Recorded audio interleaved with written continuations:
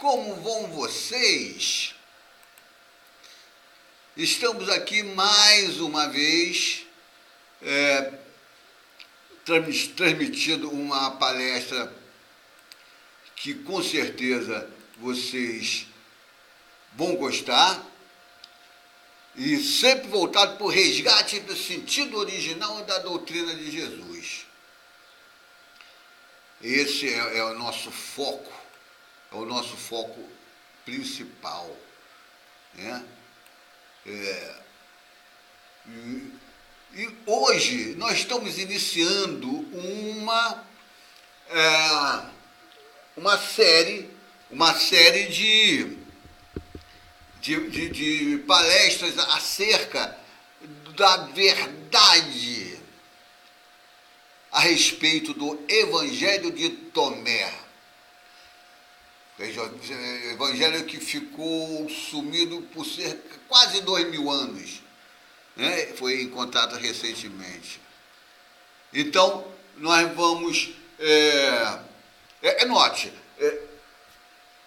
eu venho abordando os grandes profetas individuais, né? E vários outros temas, né? Então, às vezes eu paro num e inicio outro. E no meio desse eu paro e retomo, por exemplo, as explicações a respeito dos grandes profetas individuais, por exemplo, né? E vários outros temas, né? Que eu venho abordando. Então, mas essa sequência de Tomé também é uma sequência relativamente longa, né? E vocês depois poderão, para não perder a linha de raciocínio, várias palestras, verificar, ou ir juntando elas, né? Ou observar os livros que eu publico a respeito desse tema, onde essas palestras estão naquela linha, né? Então, vamos lá, né? Resgate do sentido original do pensamento de Jesus, lá na perspectiva, na apresentação de Tomé, o livro de Tomé. Muito importante isso. A reação às vezes chamam de podridão, mas chamam também de porcos da patrística da igreja, os primeiros, né? A reação deles contra o Evangelho de Tomé. Na realidade, o Evangelho de Tomé era algo revolucionário, né?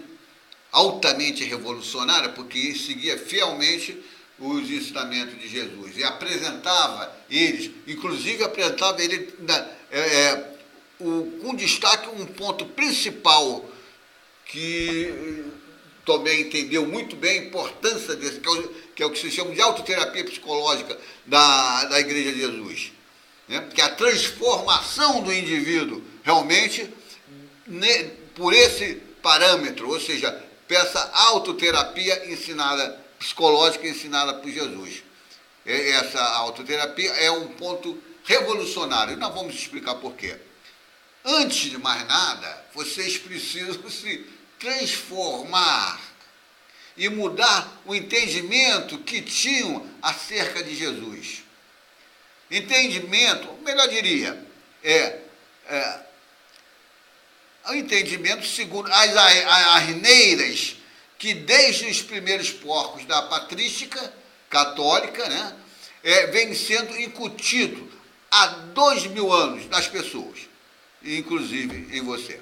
Entendimento esse que desde Lutero, Calvino, os primeiros porcos da teologia e pastores protestantes, seguidores, né, de Tomé, também vem de Tomé, perdão, aí no caso do porco Lutero e Calvino, também vem incutido há 500 anos nas suas ovelhas robô, né? Porque Lutero inicia lá a podridão dele em torno de 1517, quando ele cola lá na porta de um templo lá na Alemanha, o manifesto dele. Então, todos esses porcos elaboraram conceitos falsos a respeito de Jesus histórico, fantasiando Jesus como um Deus muito bom e caridoso, fazia milagres, inclusive, nesse sentido, porém burro. Né? Eles centraram a Jesus nessa perspectiva. Muito bom, um Deus muito bom, você deve adorá-lo, e é realmente muito bom, mas é burro. Né? Os ensinamentos dele não prestam. Né? Então, através dessa estratégia ideológica, essa é uma estratégia ideológica utilizada propriamente por teólogos a respeito de todo esse tipo de porcos. Teólogos, né? São teólogos e sacerdotes. Uns se chamam de os padres da igreja e os pastores que se chamam mais propriamente de os evangélicos e protestantes. Então, tais porcos atingem, através dessa estratégia teológica, tais porcos atingem dois objetivos principais. Por um lado, eles vêm incutindo em suas ovelhas robôs o entendimento mentiroso que sempre inventam, os entendimentos mentirosos que sempre inventam acerca do Jesus histórico e da doutrina dele, né? A adulteração da doutrina dele, que são as doutrinas dessas igrejas que eu estou falando, católica, ortodoxa, protestantes, evangélicos, né? Por outro lado, os porcos da teologia cristã, vamos dizer assim de modo geral, né? Ortodoxo, evangélico, católico, protestante, omitem o sentido original da doutrina de Jesus. Então, por um lado, ele apresenta as besteiras que eles inventam, e por outro lado, eles omitem sistematicamente a doutrina deles, que eles apresentam, está sempre adulterando o sentido original da doutrina de Jesus, e omitem, né, outro aspecto dessa, né? Você vê lá algumas questões de Jesus apresentando com um sentido bem óbvio e ululante, né? Eles não comentam ele. Se comenta, comenta de uma forma adulterada. Então, Jesus, na realidade, tanto tinha como ensinou profundos conhecimentos que naquela época a humanidade já dispunha da possibilidade de conhecê-los, de entendê-los, mas era um conhecimento revolucionário voltado para libertar as ovelhas robôs, tanto da cadeia doutrinária, eu falo cadeia no sentido de prisão doutrinária, ou cadeia ideológica, ou prisão ideológica, ou como outros preferem chamar, que são as doutrinas inventadas por teólogos, já naquela época, que no caso ali está se referindo aos fariseus e saduceus, mas o mundo todo viveu o mesmo contexto, né? O contexto análogo, que então a doutrina de Jesus era voltada para libertar, por um lado, para libertar as ovelhas robôs dessas ideologias e libertar também das garras sedutoras, sutis, desses ideólogos e dos templos desses, né? Aquele templo edifício que eles falavam que era a casa de Deus. Toda religião cria um edifício, né, para onde possa levar a pobre das pessoas, para com mais facilidade ele tenta formar, fazer a destração, adestramento do grupo de vítimas, né? Transformando elas em ovelhas robôs, né? Então, a característica revolucionária do pensamento de Jesus, né? Ela apresenta vários aspectos de grande conhecimento e profundos conhecimentos, mas esse conhecimento, né, Jesus ele não queria. exaltavam, por exemplo, o templo edifício como casa de Deus, que nunca foi. Ali sempre foi um covil de ladrões, como Jesus chamava, Jeremias também chamava, né? E contra também que Jesus chamava de sinagogas de Satanás, né? Eram aquelas inúmeras templos menorzinhos distribuídos em várias partes, tanto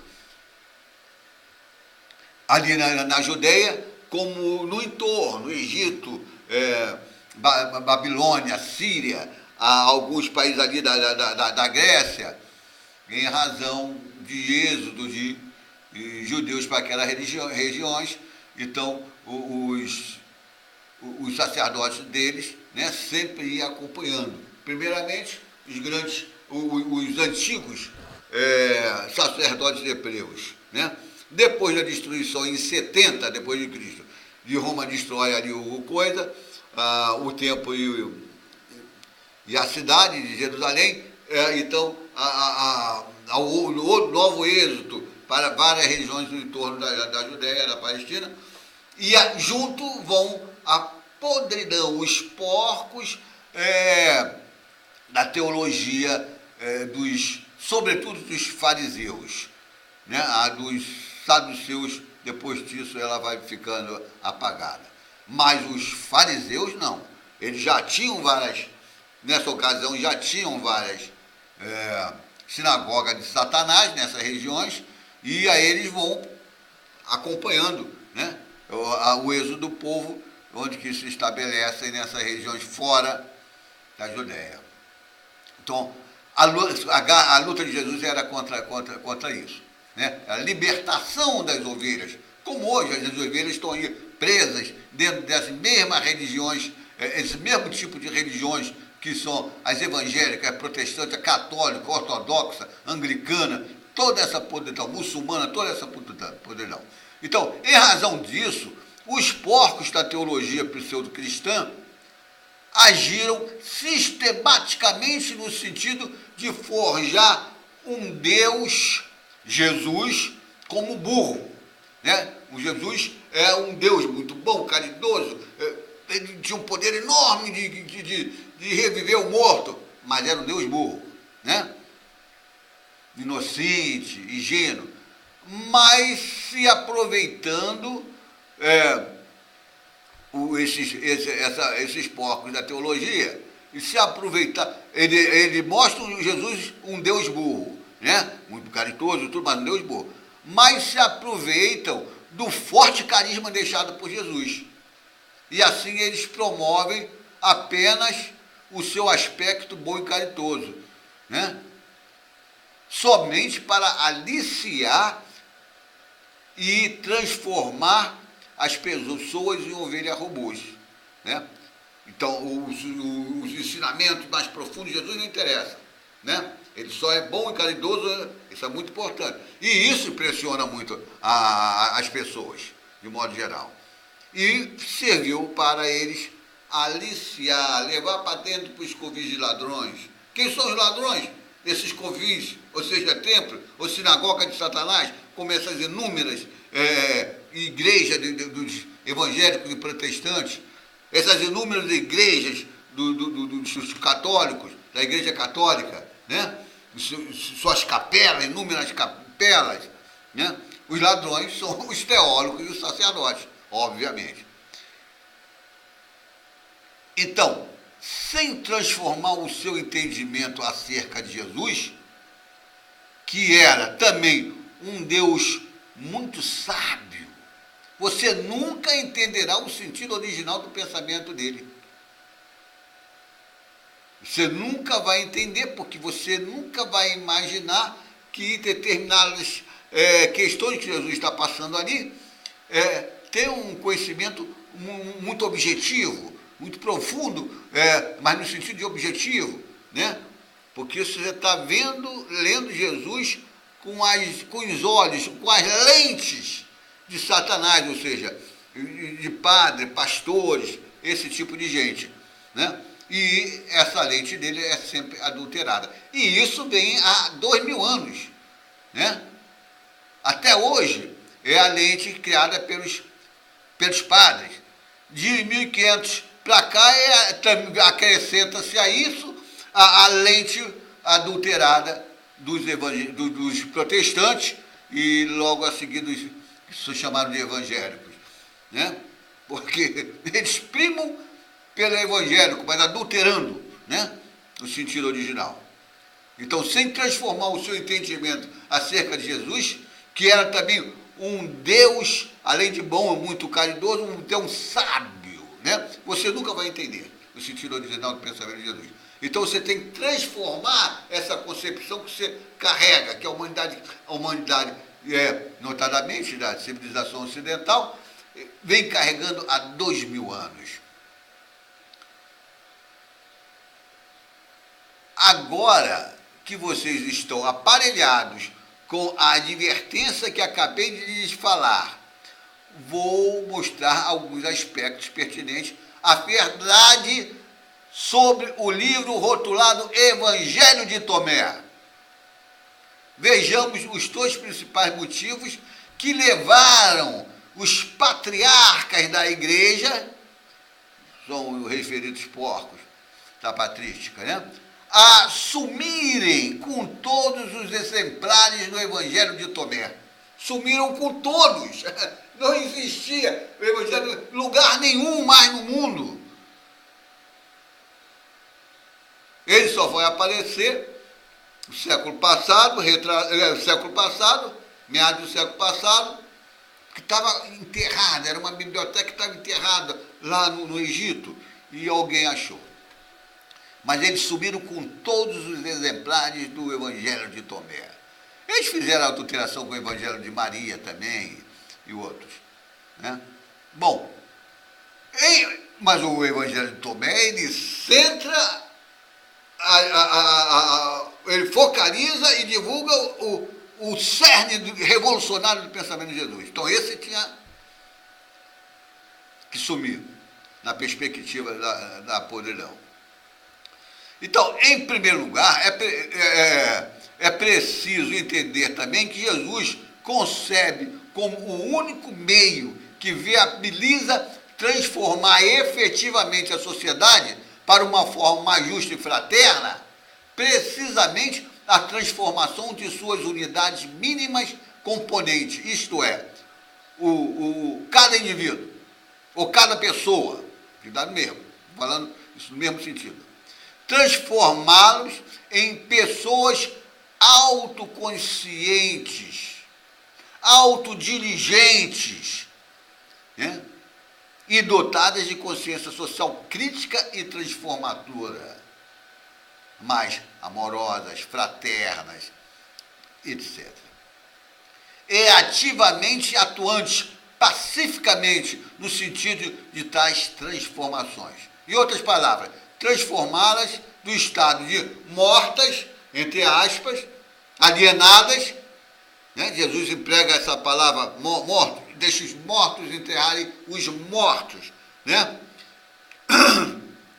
Os primeiros mortos dessa frase que ele coloca, impactante, uma frase impactante, eram no sentido dos indivíduos alienados. Ele considerava as pessoas, de modo geral, como alienadas, né? E o segundo morto, isso é uma passagem que um dos seus filhos pediu para ele aguardar, enquanto o pai havia acabado de falecido, para ir lá enterrar o pai. E Jesus fala, deixa os mortos enterrar os mortos. O primeiro morto são as pessoas que ele se referia, de modo geral, como alienados. O segundo morto era realmente um morto biológico, pai do referido discípulo, e Jesus não tinha tempo para perder. Os mortos podem entregar os mortos. Jesus estava fazendo uma revolução importantíssima, né? Não podia perder tempo. E ele estava se deslocando para outra área para dar continuidade à revolução.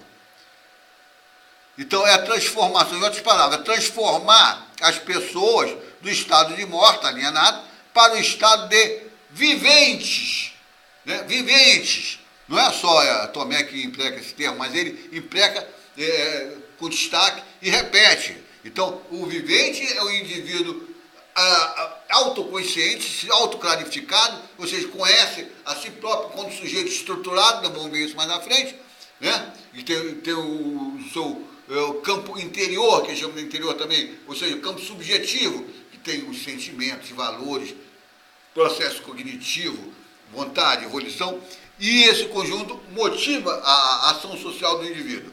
Então, é nesse sentido que ele fala, né? É a transformação.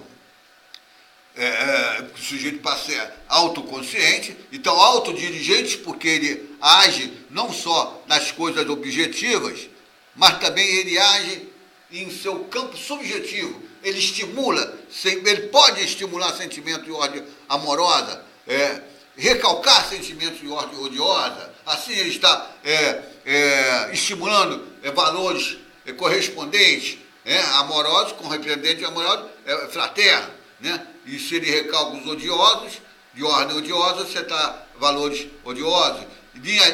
Lógica de raciocínio segue o mesmo processo no campo cognitivo e assim por diante. Isso vamos ver com mais detalhe em outras oportunidades. Em outras palavras, transformá-la do estado de morto, as pessoas alienadas, para o estado de pessoas viventes, né? Então, a transformação da sociedade passa necessariamente pela transformação do indivíduo. Você não consegue transformar a sociedade tomando poder e, de cima para baixo, transformá-las com espíritos comunais, como tentaram os comunistas, né? Você não transforma a sociedade dessa forma, para uma forma mais justa, para uma forma comunal e igualitária. Você não consegue. Se você não transformar suas partes mínimas componentes, que são as pessoas, os indivíduos. Então é isso. É preciso entender isso, né? Quando a gente fala em autoterapia psicológica da Igreja de Jesus, está atento a esse contexto. Jesus conhece isso, ele sabe muito bem disso, ele não é somente bom. Ele é muito inteligente e tem um crescimento enorme. Você tem que mudar o teu entendimento a respeito de Jesus. Joga fora tudo que teólogo e padre de essas religiões colocou na tua cabeça. Na realidade, eles estão transformando tua cabeça em pinico, onde que ele derrama as merdas que eles inventam. Então, você joga fora esse pinico e procura pesquisar mais, com mais detalhes. Notadamente, Evangelho de Tomé, Evangelho de Mateus e de João, porque os outros evangelhos, que consta lá no Novo Testamento, mais a maldita e satânica epístola de Paulo, são coisas forjadas, né? Aí por Paulo, no caso, né? Mas não só ele tinha uma quadrilha. Lucas, com o evangelho de Lucas nunca foi apóstolo, Paulo nunca foi apóstolo, Marcos nunca foi apóstolo, Lucas nunca esteve na Palestina, inclusive, né? E outros, né? Isso tudo foram colocados lá justamente que é para ocultar o sentido original do pensamento de Jesus, que consta nesses outros evangelhos. Eles não conseguiram sumir com o de Tomé, com o evangelho de Mateus e de João, que já estava muito divulgado, mas no de Tomé eles conseguiram subir, né? E inserido no Novo Testamento toda essa podridão. Lucas, Marcos, as malditas e diabólicas epístolas de Paulo e outras besteiras mais, né? Até um livrinho lá de Pedro Traidor, ele colocou, mas quem escreveu na realidade foi Silas, ou Silvano, que era também na quadrilha de Paulo de Tarso Anticristo. Então, vamos marcar isso. Viventes, né? Viventes é um indivíduo que tem autoconhecimento, com sujeito estruturado, que também desenvolveu capacidade de autodirigência, de atuar, né? A partir do seu interior subjetivo, né? Interior entre aspas, o campo subjetivo, Tomé, até mesmo em outros após Jesus, usa esse termo, interior, mas é interior no sentido de campo subjetivo, né? Você dissecar o indivíduo, você não vai encontrar sentimentos, valores, todos esses fatores subjetivos, né? São subjetivos, você não encontra. Então tem que se usar essa metáfora, coração, como metáfora de sentimentos, por exemplo. Então vejamos agora dois principais motivos da perseguição que os primeiros porcos da patrística exerceram contra o livro de Tomé. O primeiro grande motivo da perseguição praticada pelos primeiros porcos da patrística contra o livro de Tomé. Na direção que indiquei até agora, né, a psicologia praticada e ensinada pelo Jesus histórico e transmitida pelo seu discípulo Tomé, também por Mateus e João, na verdade é altamente revolucionária. Tomé entendeu isso muito bem e concentrou o seu evangelho nesse ponto. Este foi um dos principais motivos, principais motivos que levaram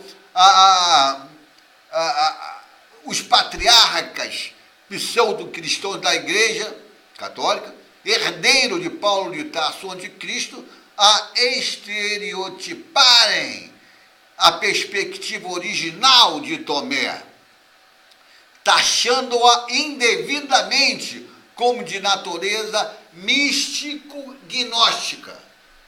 Os primeiros porcos da patrística fizeram um combate, usaram essa estratégia, né?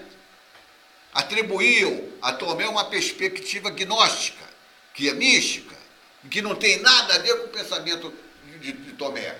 Mas se o livro sumiu, né? É mais ou menos uma situação que semelhante daquela que se diz, né?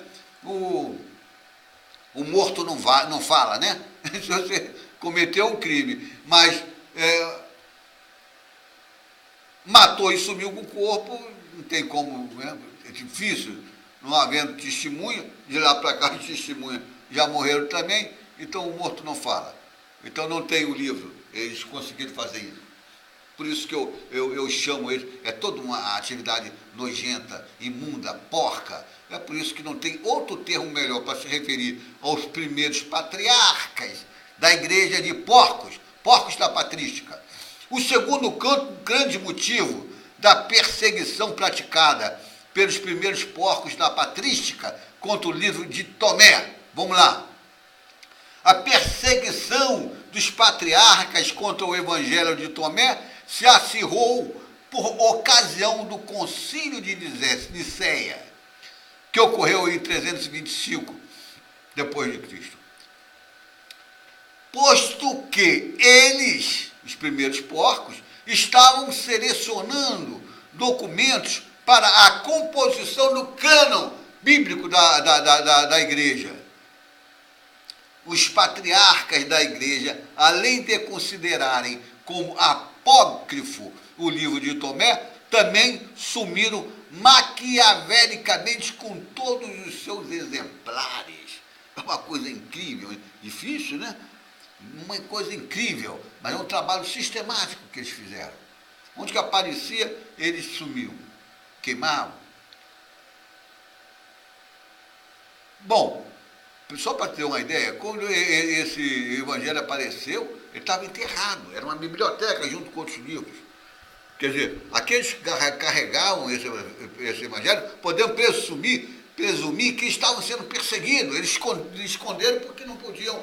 Se pegarem ele com aquele evangelho, está sujeito a ser morto, né? Ou queimados, como hereges, né? E por quem? Justamente pelos primeiros porcos ou seus sucessores, né? Da patrística, né?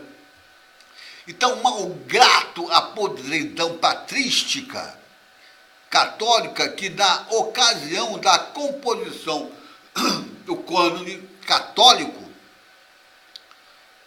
o cânone bíblico, forjava indevidamente o Paulo de Tarso, o anticristo, como legítimo sucessor da doutrina de Jesus. ele estava exaltando Paulo, porque Paulo projetou um tipo de igreja completamente contrária à igreja igualitária de Jesus, né? Ele projetou uma igreja hierarquizada, autoritária, e é esse tipo de igreja que os primeiros porcos da patrística queriam, porque eles já eram descendentes dessa igreja de Paulo hierarquizada. Então ele precisava projetar Paulo de Tarso como o legítimo sucessor de Jesus. Forjar esse, porque isso é uma mentira. Ao contrário desses porcos, Tomé deixara registrado em seu evangelho o dito do Jesus histórico, em que este credencia de modo claro e taxativo Tiago, o justo. Tiago justo, né? Esse Tiago justo é também chamado de Tiago menor, né? E também como irmão do Senhor, como o seu verdadeiro sucessor na liderança do genuíno cristianismo. Tomé deixou isso escrito lá, então tinha que subir com o livro. Tomé era um dos discípulos de Jesus, um dos apóstolos, né? Ele deixou isso lá escrito, né? Então, Tomé, eles podem acreditar em Tomé, então temos que subir com esse livro dele. Ora, Tiago era fiel ao sentido original da doutrina de Jesus. Assim, ele empreendia o modelo igualitário, está bem claro no livro de Tiago, na carta de Tiago, e libertário da igreja, né? Condenando a riqueza, condenando a exploração que os ricos exerciam sobre os pobres, e incluindo esses ricos, os seus aliados ideólogos, né? No caso lá, os sacerdotes, fariseus e saduceus, e seus escribas. Então, assim, ele empreendia, era um grande empreendedor, né? Tiago, não empreendedor com a conotação hoje existente. O empreendedor hoje, o grande empreendedor, é aquele que faz vendas. Esse termo assumiu com essa conotação nojenta, né? Jesus era um grande empreendedor, tiveram até que matar ele, né? Porque ele empreendia um movimento igualitário, horizontal, né? Então, um grande empreendedor. E Tiago era outro grande empreendedor. Tiago menor, o justo, o irmão do Senhor. Os sacerdotes depois até mataram ele. Mas, vamos lá. Então, o modelo igualitário, libertário que Tiago estava empreendendo era diametralmente oposto ao modelo que era adorado pelos referidos porcos. É bem verdade, estou falando do Tiago, isso aí, matado ele, acho que, se eu não me engano, antes de 70, depois de Cristo. Esses porcos já é bem depois, né? 325, eles estão lá selecionando os livros para criar o cano da igreja, né? Mas eles precisam apagar também, né? Essa questão de Tiago, né? Tiago ficou pequenininho lá, aquele livro dele. No Novo Testamento dos porcos, que os primeiros porcos da patrística criaram. Ou seja, diametralmente oposto ao modelo de igreja de Paulo de Tarso, que os primeiros porcos estavam projetando embora falsamente, como verdadeiro líder da igreja de Jesus. E até hoje está aí, né? Até hoje, todas essas igrejas falsas cristãs, elas exaltam Paulo e os seus pastores, os seus padres, eles não falam nada sem citar Paulo de Tarso anticristo. Então a igreja dele era hierarquizada, fortemente autoritária, assim como o próprio Paulo, né? Você lê lá as satânicas epístolas dele, vai ver a condição autoritária que ele tem. E dotada de clero profissional também, na própria satânica epístola de Paulo, ele cita ele. Quando não é ele, é um dos seus seguidores, né? Tito e outros, né? Então, pois Paulo reproduziu o modelo hierarquizado de igreja dos fariseus e saduceus. Paulo era originário da igreja dos fariseus. Ele não esconde isso nas suas malditas epístolas. Ora, o Jesus histórico lutou precisamente contra esse modelo hierarquizado de igreja e contra os fariseus e saduceus, né? Os sacerdotes e pastores, né? Que eram os padres e pastores daquela época, e também os teólogos daquela época, era fariseus e saduceus, os quais planejaram, exigiram e, por fim, obtiveram a morte de Jesus.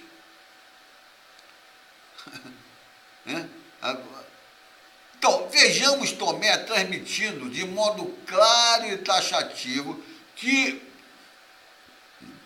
Jesus credenciou Tiago o menor, o justo, o irmão, também conhecido como irmão de Jesus, de Senhor, como o seu verdadeiro sucessor na liderança do genuíno cristianismo, e não Paulo de Tarso antes de Cristo.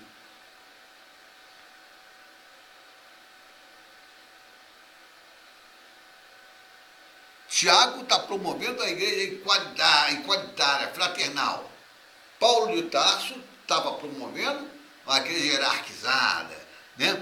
Hierarquizada, com a clero assalariado, e lá embaixo a própria das ovelhas transformada em ovelha robô, né? E reconstruindo os templos, né? Reconstruindo não, criando novos templos, edifícios, né? Para onde que se levava a pobre das pessoas, transformando elas em ovelhas robôs. Então, os discípulos, diz lá Tomé, a respeito de Tiago, como verdadeiro sucessor da igreja, da liderança da igreja de Jesus, da igreja igualitária. Diz lá Tomé: os discípulos disseram a Jesus: sabemos que nos deixarás.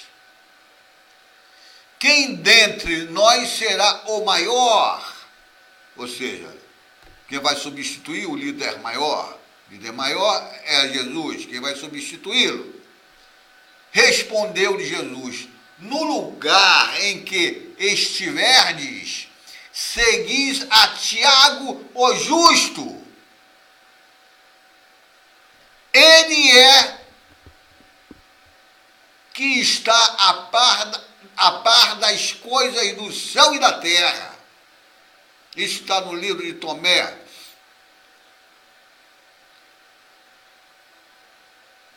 Página 17, item 12. Em razão do texto que agora acabei de citar, os patriarcas que elaboravam o cânon da igreja do anticristo, porque ela foi toda voltada para a doutrina de Paulo de Tarso do anticristo, o anticristo. Então, esses porcos consideraram como apócrifo o Evangelho de Tomé e sumiram com todos os seus exemplares. Essa é a grande verdade a respeito do Evangelho de Tomé. Por um aspecto, né? A outra grande verdade, nós sabemos que é o seu conteúdo. Centrado na revolucionária perspectiva de Jesus, sentido original, né? A autoterapia psicológica do indivíduo, o modo dele se transformar para uma forma autoclarificada, autodirigente e dotada de consciência social crítica e transformadora. Então, as críticas falsas feitas pelos patriarcas da igreja contra Tomé e o sumiço do evangelho escrito por Tomé, na realidade, insere-se no conflito que se desenvolvera entre dois grupos, após os sacerdotes e seus teólogos haverem planejado, exigido e obtido a morte do Filho de Deus. Então tinha dois grupos em litígio lá. De um lado, o grupo do genuíno e revolucionário movimento cristão, igualitário, de natureza igualitária e descentralizado, radicalmente pacifista, fraternal, horizontal, completamente contrário a esse modelo hierarquizado e autoritário de Paulo. Então era liderado por Tiago Menor, o justo, o qual exercia fielmente o modelo servo de liderança ou de diretriz pastoral, também se chama assim, né? É aquele que não quer se elitizar. O modelo servo, ele serve as pessoas no sentido bem ao contrário, é de libertar as pessoas das garras dos ideólogos elitistas, pastores, padres, né, daquela época, como existem hoje, né, libertar as ovelhas das garras dessa gente. E também libertá-las dessas doutrinas que funcionam como cadeia, ou são prisões ideológicas. Então, Tiago exercia fielmente o modelo servo, que é isso que eu acabei de falar, de liderança, ou de diretriz pastoral, proposto pelo Mestre Jesus, a partir da igualitária e descentralizada igreja que os apóstolos estabeleceram de início em Jerusalém, mas que se avançava por todos os lados. Ia para o Egito, para a Grécia, para Roma, para a Pérsia, né? Para aquela região da Grécia, avançava para todos os lados, já naquela época, né? Depois da destruição do templo de Jerusalém e da cidade, eles continuaram por mais outro motivo, por causa da destruição e a perseguição ali na Judéia, para aí se expandir para o exterior, vamos dizer assim, de modo geral, que era outras partes do Império Romano, e não só, né? Lá para a Pérsia, outras partes que o romano dominava. Note que o modelo servo de liderança propiciava estrategicamente a formação de revolucionários núcleos comunais e fraternais de pessoas fiéis nesse sentido original, né? Solidárias entre si, núcleos, né? Núcleos em redes descentralizadas, né? Dessas comunidades igualitárias. Vamos falar sobre isso em outra oportunidade. Então eram várias redes. Esse é o modelo que Jesus criou como uma forma de resistência ao modelo centralizado, hierarquizado. Ele vem com um modelo descentralizado, com forma de combater todo tipo de instituição coletiva e hierarquizada, seja religiosa, seja política, seja econômica. Então, esses núcleos estavam articulados entre si, né? Em rede. Eram várias redes. Uma rede se desenvolveu aqui, por exemplo, no Egito, outra lá na Síria, outra lá no Babilônia, e outra lá em qualquer área da Grécia, exemplo citado por Paulo, quando ele cita aquelas igrejas, né? Ele está falando exatamente sobre esse modelo descentralizado de vários núcleos. Ele cita ali, se eu não me engano, 7 igrejas, né? É um núcleo, né? E ele explica inclusive a respeito disso, né? Jesus tem o controle, ele orienta. Jesus já havia sido morto, mas ele enquanto o anjo de Jesus e a sua doutrina permeando esses diversos núcleos, né? É esse o simbolismo que está lá, que nós vamos falar isso em outra oportunidade. Então, comunidade igualitária em rede, né? Descentralizada para redes, né? Espalhadas, as quais estavam, entretanto, articuladas entre si, através de um mesmo ideário, que era a doutrina de Jesus. E sob os auspícios do Espírito do Filho de Deus e do próprio Pai. O Pai, Jesus, nós sabemos que é o Deus do direito, do amor e da justiça, a exemplo de, assim como os antigos grandes profetas individuais chamavam Yahvé. Então, do outro lado, estava o grupo do movimento contra-revolucionário e hierarquizado, liderado por Paulo de Tarso, anticristo, e seus asseclas. Lucas, Marcos nunca foram apóstolos. Lucas provavelmente nunca esteve na Palestina, né? Nem conheceram Jesus. Timóteo, Tito, Silvano, também chamado Silas, etc. Eles faziam parte da quadrilha de Paulo. Alguns deles de origem grega, né? Eles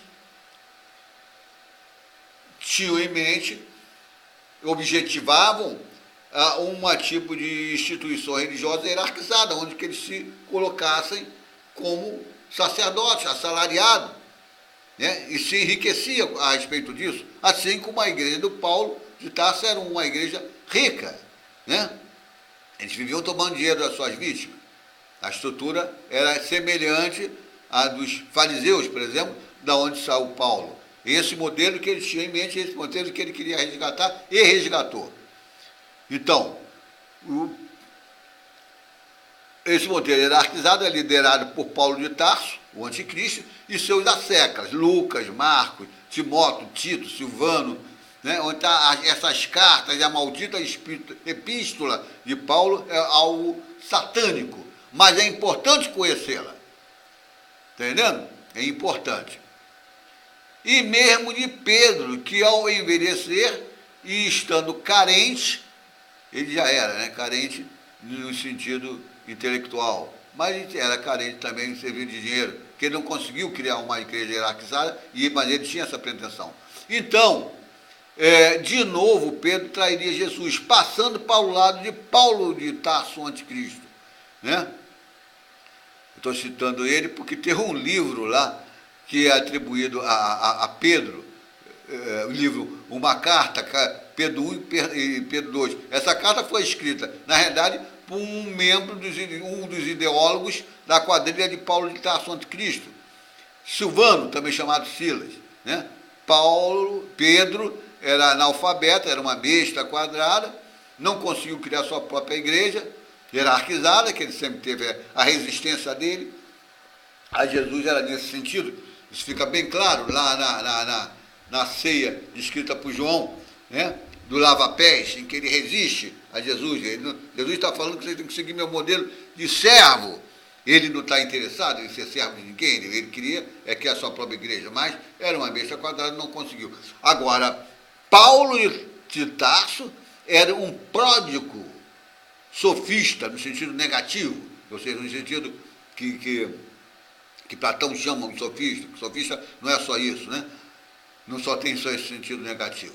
Mas ele era um pródigo sofista, Paulo, no sentido negativo. Ou seja, ele sabia adulterar o sentido original de um texto, de um pensamento, a exemplo do pensamento de Jesus, mas de uma forma muito sutil, de forma que o leigo não percebia a adulteração e acabava sendo seduzido e induzido por ele, né?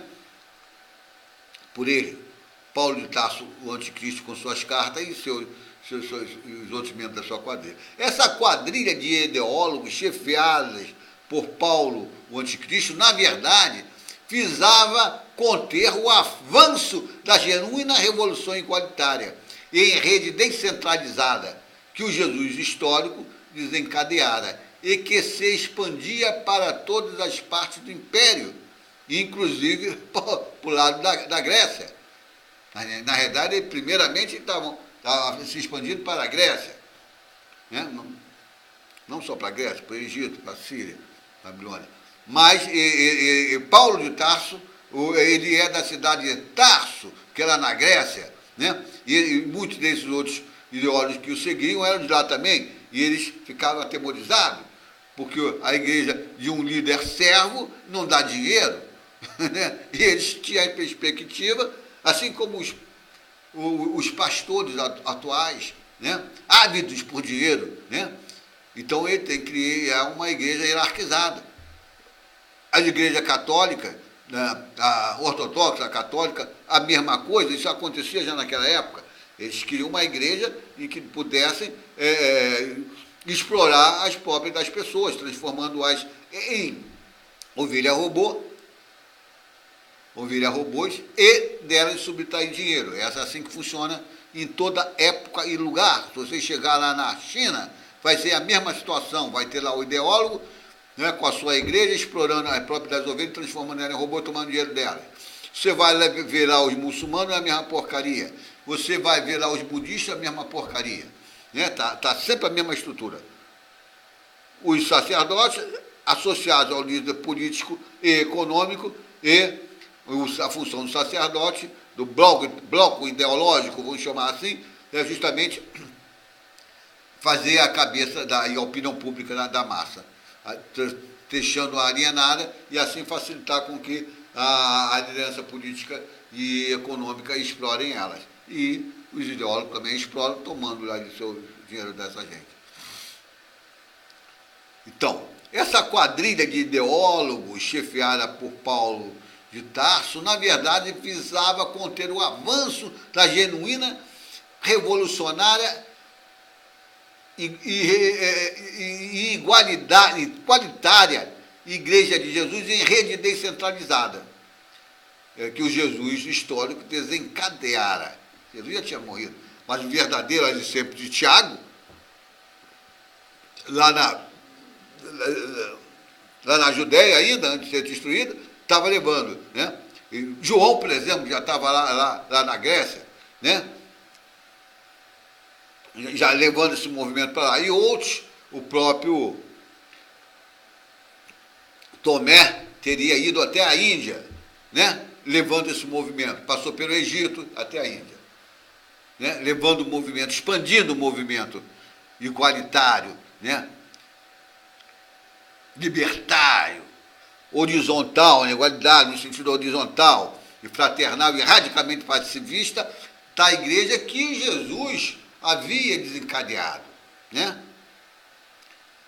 Então, Paulo, o anticristo, houvera criado sua igreja hierarquizada, dotada de clero profissional e centralizada sob sua direção autoritária. É só você pesquisar lá na maldita epístola dele, você vai ver a condição autoritária dele. Como forma de resistência e para combater, precisamente, o genuíno movimento social revolucionário, de natureza igualitária e descentralizada, o qual Jesus desencadeara e fora prosseguida pelos seus verdadeiros apóstolos.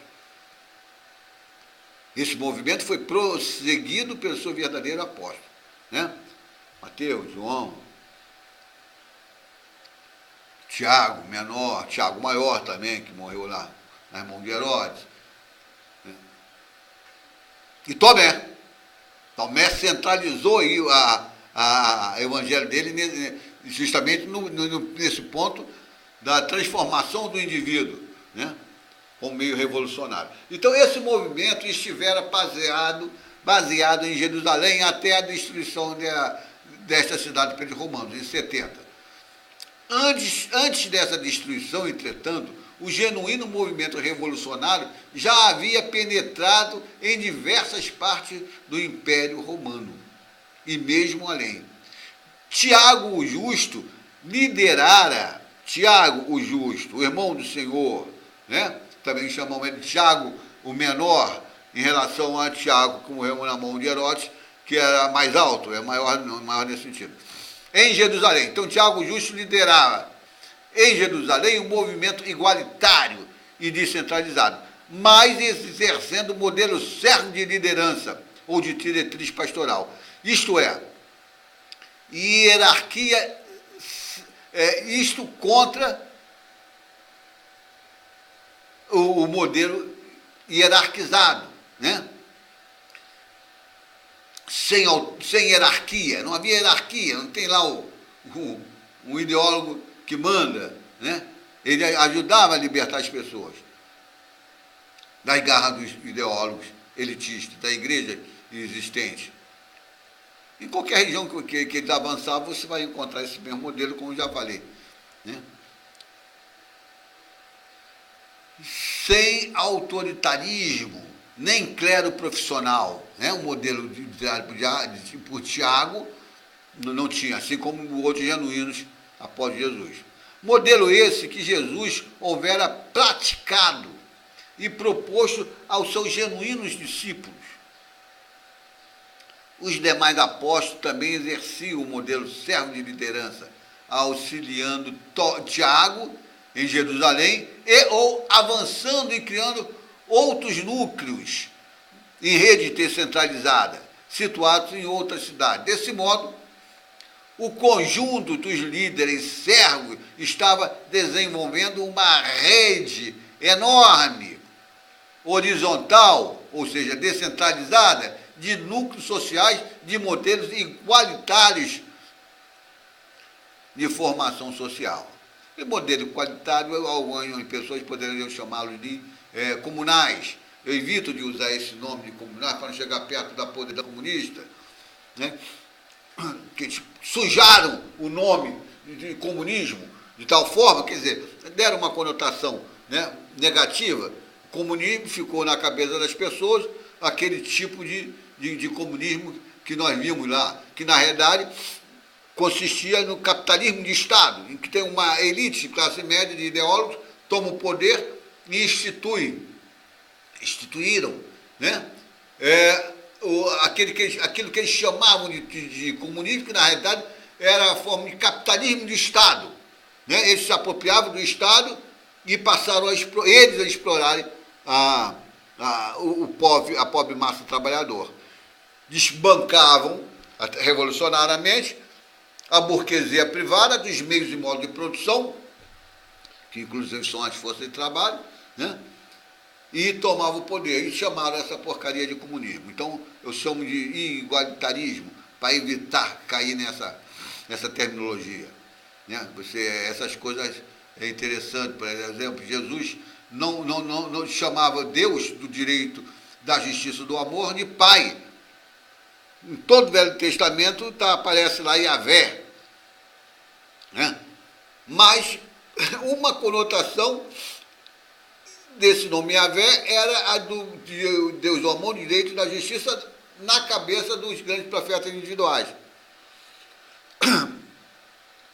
Os antigos hebreus e mesmo os fariseus e saduceus,